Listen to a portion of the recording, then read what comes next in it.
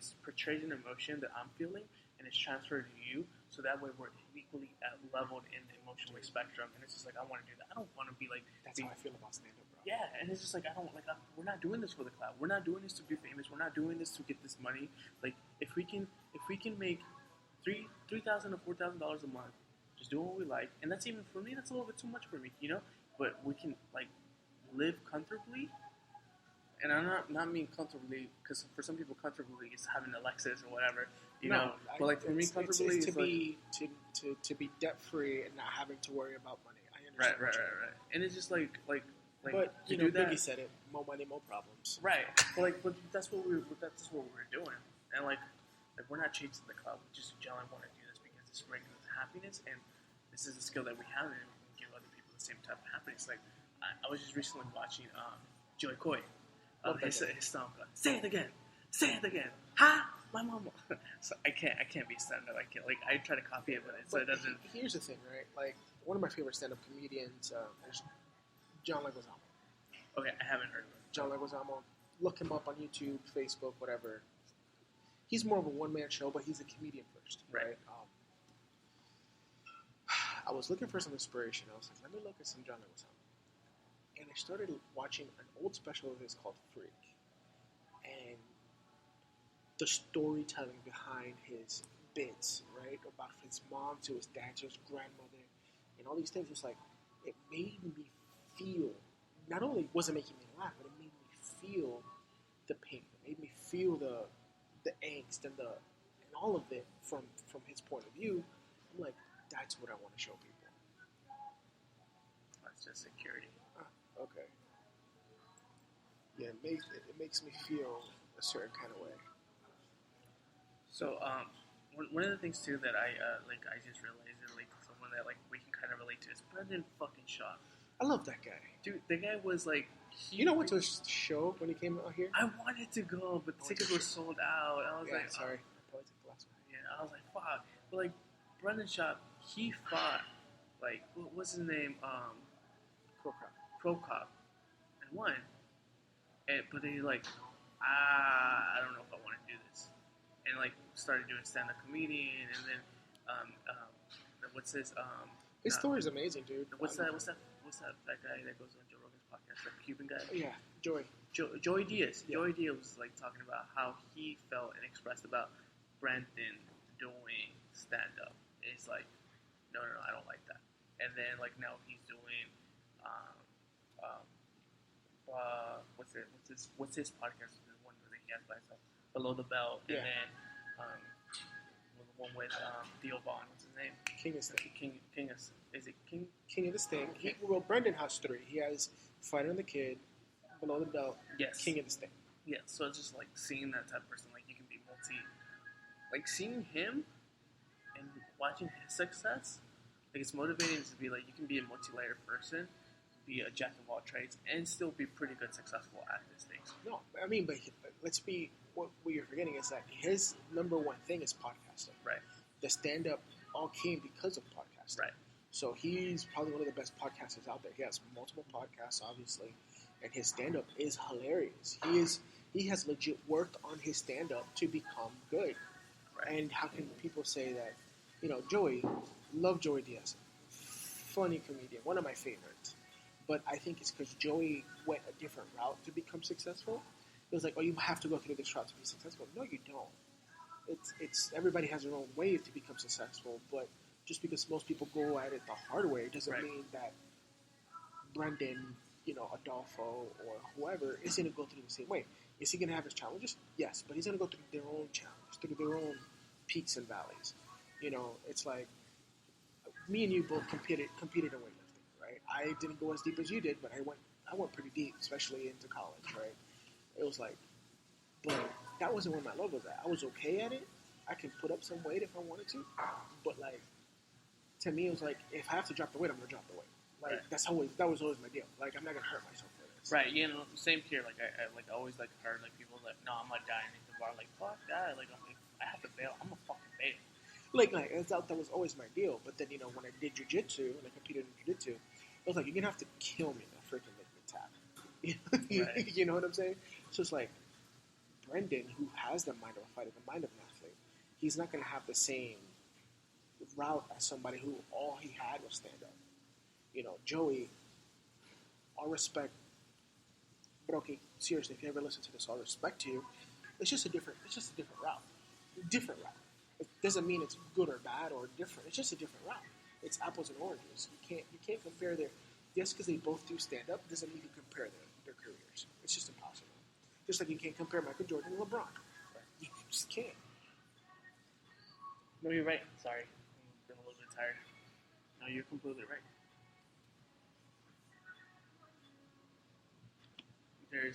It's a comparison of apples and oranges, two different things, and it's like that saying goes. There's so many ways to skin a cat. Yeah, but it's crazy, dude. It's crazy. So who are your influences as far as filmmaking, movies, TV, whatever? Who are the guys that you're like? No matter who it is, I'm always gonna watch their work, good or bad. So Sunday I posted Instagram about like the type of people that I like. Um, I like Casey Neistat for sure. Matt Davila, made by Spencer. I always watch, but I said something interesting. I said I want to aspire to create content like these guys. One of my friends said something, responded back to me. Rob, if you ever watch this, shout out. I love you. You've been helping me so much in this career and this journey as a filmmaker. He's the guy that edits our videos for Tacos and Tunes. Yeah. He does a really great job. You've seen those things. He fucking kills it. But one thing that he told me is like, don't aspire to be these people, because then you're not creating anything for yourself, and you're just creating a replica of what you're going to end up burning out yourself. But if I had to choose like what type of like who are my influencers into this, like I got into filmmaking because of YouTube, so I'm always gonna stick with YouTube. Like movies are great, but like I really pushed the gas when YouTube started coming out, and so it would be Casey Neistat, Matt Davila, and Spencer, made by Spencer. Made by Spencer is a small time creator, but he's really good, at least in my opinion. But those are the people that I was like, no matter what type of work you do, no matter what type of thing you say, I'm still gonna watch what you do. In my mindset kind of changes. Like, would I like to aspire to be like them? Maybe not, but like I'm always down to watch the work. Like I'm always down. Yeah. It's kind of like like if you need inspiration, you'll watch them. Right. It's kind of like my friend made a good point now. Because of the whole Blade thing that's coming out, it's just like so. Blade 1, Blade 2, Blade 3, the trilogy. And when we got watching Blade 3, like the last one, it was just like, oh, what the fuck was this? But we didn't end up leaving, like, we don't want any more Blade. We're like, we want something else. We want more Blade, but not what we got. So same thing with these people. Like, if they end up doing something wrong, or like a video that was like really trash, and like, really, dude, this is what your quality you're doing, it's like, it's not the fact that I don't want to watch their videos. I'm like, I want to watch more of their stuff, but not what you just like released. You're rooting for them. Yeah. Those are always people, like, no matter what, I'll probably be rooting for them. What about in Hollywood? Who do you see? Like the Russo brothers, I like a lot of their work. The Russo brothers, I like a lot of their work. That's awesome. For sure. And like the Russo brothers, I kind of tell some people that like, I feel like they can't do any wrong. They're so nice. It's, what I've seen in interviews, like they're so nice.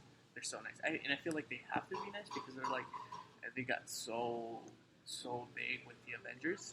Like, they've done so much. It's just like, yeah, you have to like walk on eggshells at that point. I don't really know how they are, but like the Russo brothers are like the people that I would just like in Hollywood to be watching.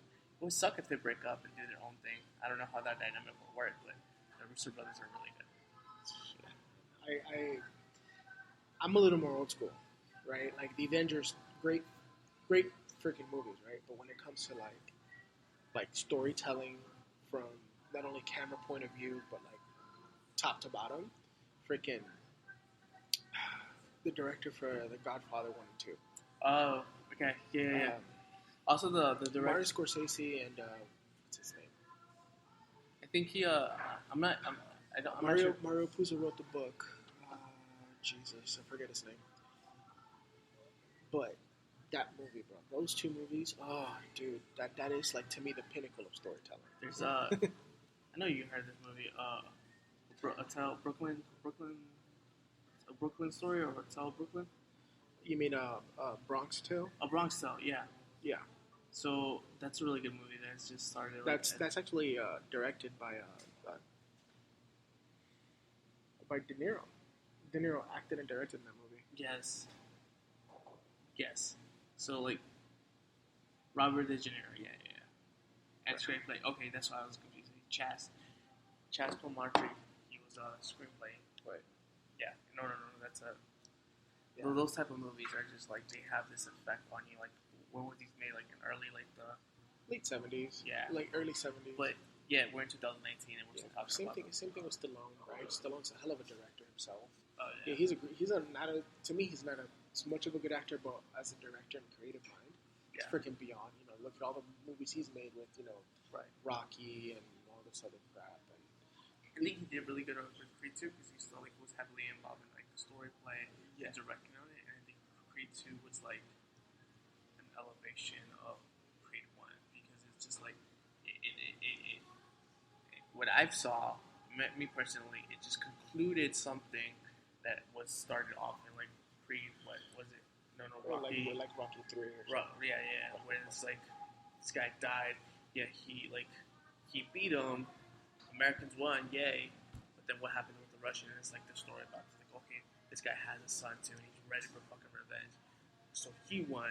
So and then after that, like I don't know if you see like I don't know if y'all seen like some of the videos of like they didn't make the cut, but there's this scene where Adonis Creed is with the Russian guy in the locker room and like having a heart to heart. It's like I don't have beef against you. Don't let this like just be the all thing be all. Like you're a good person. And it's just this really great moment that I had in there, and it just kind of like felt like a good conclusion. And I'm like, wow, that's really great. Like it took all this long time to get this conclusion, but it was worth it. It was really worth it. Like I like probably some of the like the storytelling on Netflix when it comes to some of the series, when it comes to cinematography, like Stranger Things, for example. Like, dude, how do you go 12, 13, 14, 15 hours of film time and you're captivated? Right. Like, to me, that's a skill. Yeah, I for don't sure. have. like you talk about like these movies, right? Then you look at these like Netflix special, like Netflix series. Sorry, it's got season 1, 2, and 3. And each season has like 12, 10 episodes. Like how does that like in my head? Like I don't even know how to begin with all these things.